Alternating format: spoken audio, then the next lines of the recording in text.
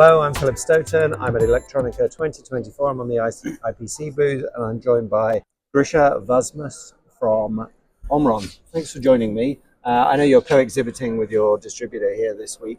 Start by giving me a kind of an overview of what's new with Omron, what's the kind of latest trends and the latest developments. Yeah, for sure. So good morning, Philip, as well. So Thank you. Pleased to be here. So thank you for the invitation. Yeah, you named it. We are co-exhibitors this week in AT Care booth and A3.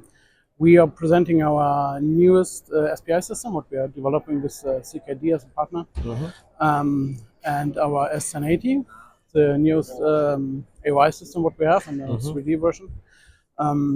Furthermore, we are promoting for new X-ray solutions. So we have the standard X-ray solutions with CT functionality for PCBs, especially the VT-X750.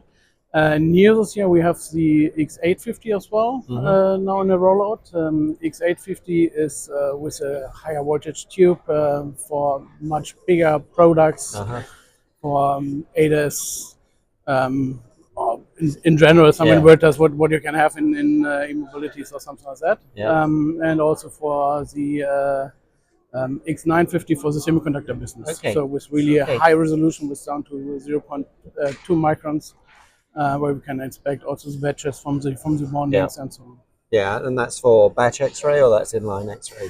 It's inline X-ray. So we are just using inline machines. We don't have offline. So when you like to have it offline, you need to add some loading and unloading components, and then you can do it as well. But in general, it's inline, and it's really for high-speed inspection. Yeah, running at the tactile line. And when you look at inspection with the different disciplines, with SPI, with AOI, with X-ray, I guess people are looking to homogenize that data, to bring that data together, to actually provide insight back to root causes for problems.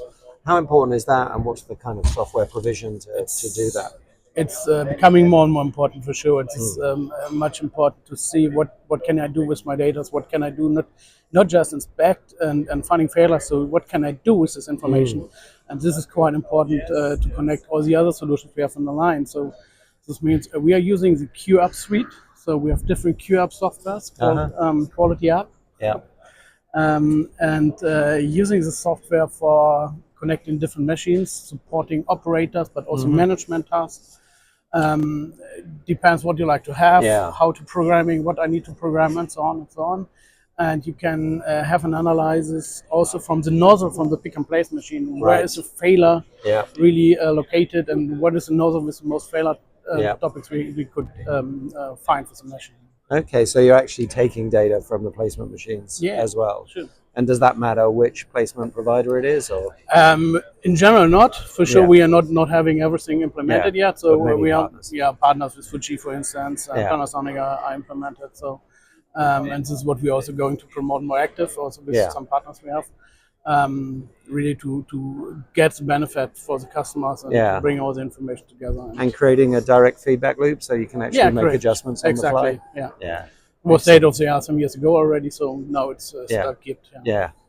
And the you mentioned that the X-rays used at high definition for semicon.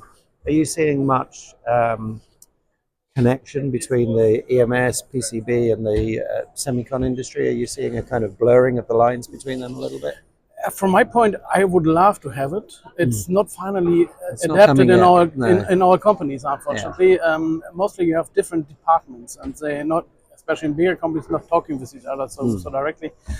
But I'm absolutely convinced that it will be connected in the future, because you need to find a complete chain of value-added solutions, and this means you need to find start at the very beginning up to the back-end processes. And this you have to connect all information from the factory, from the shop floor. Doesn't matter if it's from semicon or it's just assembling process. Yeah, absolutely. A lot of data to process, and we're seeing a lot of conversations around digital transformation about the use of AI. Are you using AI to manage that data in some cases, or is that something that's a development? We're using it at the moment quite successful for programming process, so we can make automatic programming, and from a rare board, from customer board, we can present it, and within 3-4 minutes you have a complete summit or a program program ready. Yeah, it's really a huge saving and really comfortable, because most of the things what you have to do is finding the right settings for everything, and this is automatically done from the AI, and therefore, yeah, it's big help also for EMS especially, because they have high mix. A lot of changeover. Yeah, exactly, and then you have to adjust all the programs again, and with AI it's much easier and more faster. Yeah, and do you think you'll see AI find its way into other parts of the manufacturing process? You know, when you look at what you're taking from the line in terms of data from your own machines, but also data from external machines like placement, there's a lot of data there to process, and trying to find patterns and trying to find solutions that perhaps help with planning as well as root cause quality control. Totally. This is really also the portfolio from Omron. We have in our automation business, we have also mobile robots and cobots and so on, PLCs, and the target is really to connect all this different machines, inspection machines, electrical tester, AOIs, ZP and PMPs, all together, and we can easily send an AMR to bring some boards for more deeper analysis in an electrical tester. But maybe it's not needed for every product anymore, but just on demand, or if there's maybe a limit, it could be yes or no. And for this, where really the customer needs to have the complete 100% inspection result or test results, we can send it to the tester and bring it back to the line. If it's not an error, or bring it to another place where corrective action can be taken. Yeah, I think it's fascinating when I look at the application of AI, and I look at we've done a lot of work to get all that data connected in the industry, and I think maybe using AI to manage that data and convert it to insight and help us make better decisions is what might take us to that final point of Industry 4.0 that we've been talking about for 10 years and not really, perhaps not achieving as much as we expected, because the ingredient technologies like connectivity standards just weren't there. Yeah, I totally agree. And I just was laughing a bit because 10 years ago with the i.4.0 i4.0, it was really buzzword, and you asked 10 people and got 11 answers what it is.